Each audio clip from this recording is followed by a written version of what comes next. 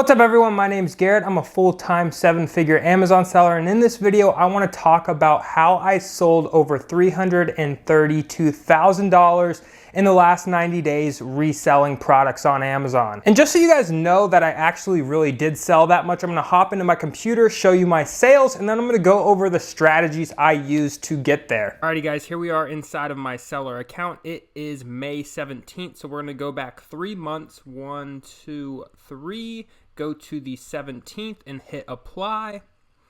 And as you can see, we've done about $337,000 in the last 3 months, 90 days.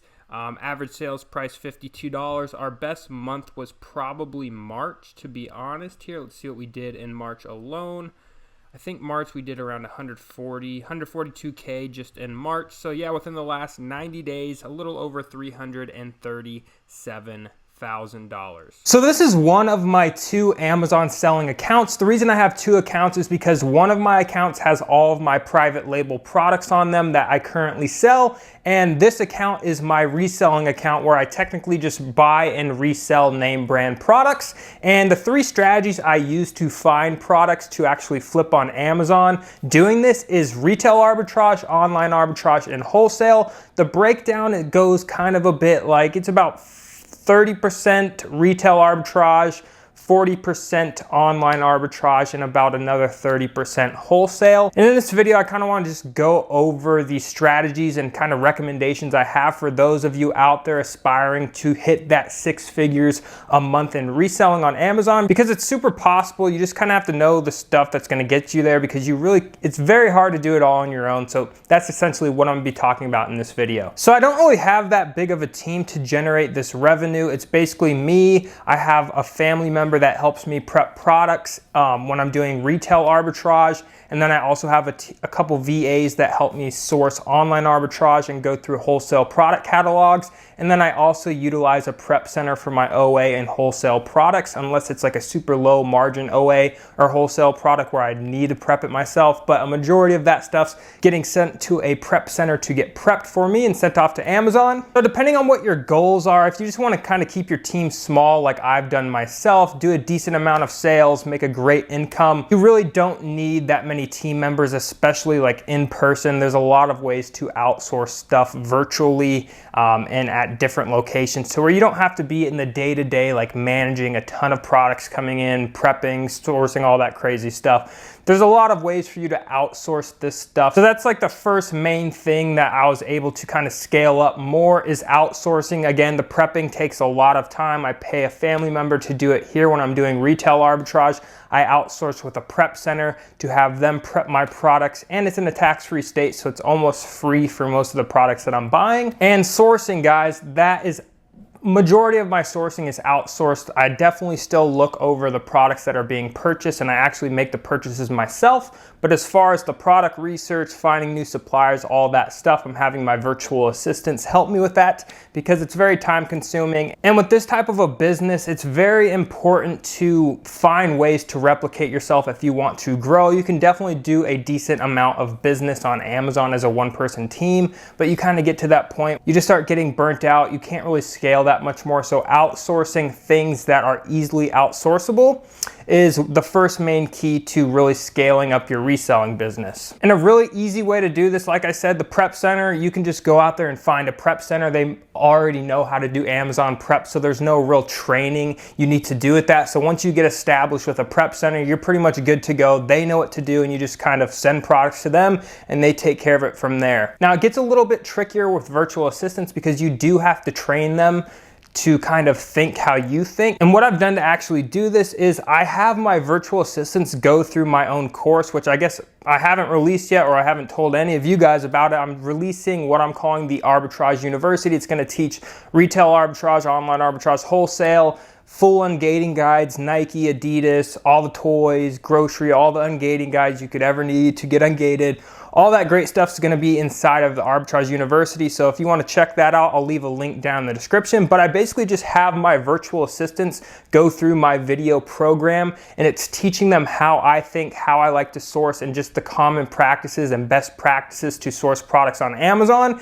And then once they go through that training, they start putting what they learned into action, and then they're going to start bringing me product leads and so on and so forth. And what I do from that point is once they bring me leads, I go through their leads. The good ones, I tell them they're good, and the bad ones, I basically put together another video, which I'll wait a few days to where they get a good amount of leads, 30, 40 leads after 3-4 days.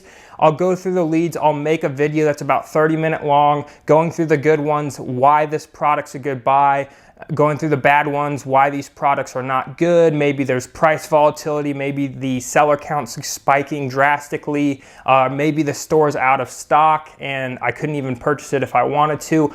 So constantly giving the virtual assistants feedback on what work they're doing, because you can't just expect to hire a virtual assistant right off the bat and they're just going to crush it exactly how you want them to. You have to give them constant feedback, continually train them, and then after a few months, they know kind of, you almost train someone to source how you like to source. So it really, after a few months, it's kind of a headache. It doesn't make that much sense up front. You're like, oh, this isn't really worth it. I can just do it myself. But once you really train these people, they're very smart, they're very hardworking, and once they know what you want, it becomes very easy to replicate that. And then you can actually have your virtual assistants, your best one, train the other new virtual assistants if you want to do that as well. Now, the second thing I want to talk about, which is super important to kind of scaling your reselling business, is focus on what's working, right? Once you find something that works, you want to go full force at that. And what I mean by this is, I used to, in my Amazon business, I'd find a product, it would sell good. I'd be like, okay, I'll go try to find some more, but then I'd kind of forget about it. I didn't document that product. And what I should have been doing is finding products that I can sell, right? And if it goes good, I do a test buy. Then I just go ahead, if the test buy goes good, price didn't tank, there's not new sellers coming on the listing, and I know that product's probably gonna stay pretty consistent, is go and buy a full 30 days worth of inventory. I used to be kind of scared.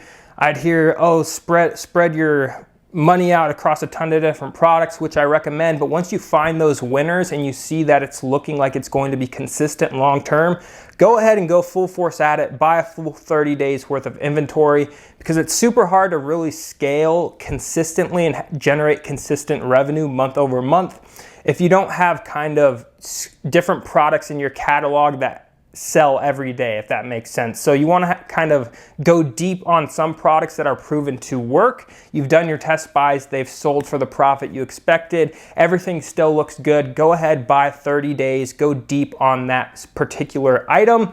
Buy whatever it is. If it's selling 500 times a month and you expect to sell 150 of it in a month, go buy 150. Don't just keep buying, 10, 15, 20 units of that item. If it's proven to be good, go all in, buy 30 days worth of inventory, and you'll start to see month over month, you're gonna keep finding replens, you're gonna find products that you can continually keep buying.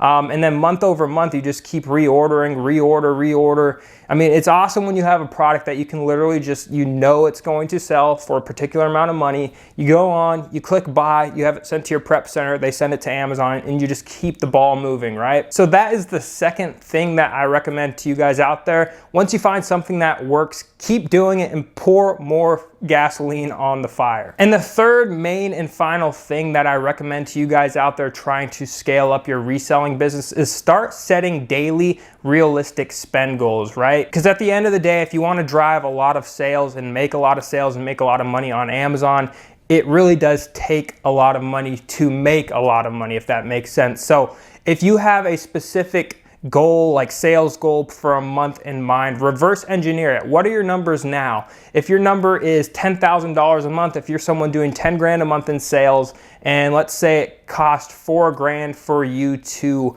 hit that 10K in sales. So you spent $4,000 on products to do $10,000 in sales, and you made $2,500 profit, let's say. Well, let's say you wanted to do 50K in sales. So how we reverse engineer that is we go 50K in sales, right? It took you 4,000 to get to 10,000. So if we just times that by 5, you should be in the ballpark if you're sourcing the same type of quality of items, same ranking, same type of velocity, so on and so forth. It should take you about $20,000 worth of capital that is deployed into products to be able to generate $50,000 in sales. So you have to start breaking it down like that. What's your goal? Reverse engineer it and then break that down into daily goals, whether that's 5 days a week or just every single day. So if you want to spend 20 grand a month to eventually do 50K a month in sales, okay, I need to spend 5 grand a week, so $1,000 per day in spend Monday through Friday, so on and so forth. You guys kind of get what I mean. So once I started doing this, saying I have to sit here and figure out a way to find enough profitable products in order to spend the amount of money I need to spend to hit my sales goals. Once I started doing this, my sales started getting way more consistent. My sales were way more predictable, and just your business becomes a lot more consistent. You have the same type of income coming in, and it just gets a lot easier to scale when you know exactly what you need to do. If my average virtual assistant is helping me spend $1,000 a day, if I have a goal of getting to $5,000, I'm probably gonna need to get 5 virtual assistants to help me do that, as an example. So once you start reverse engineering what you want based on your current numbers, it becomes a lot easier to put the pieces of the puzzle in place to get you to that final goal. But that's gonna wrap it up for this one, guys. If you enjoyed the video, definitely consider joining the family and hitting that subscribe button. If you gained any value from this video whatsoever, I would greatly appreciate it if you hit that like button. Leave me a comment. Do you have any questions? Where are you at in your business? What's your monthly revenue goal? If you don't mind sharing, drop it down in the comment section below. And yeah, guys, I'll see you on the next video.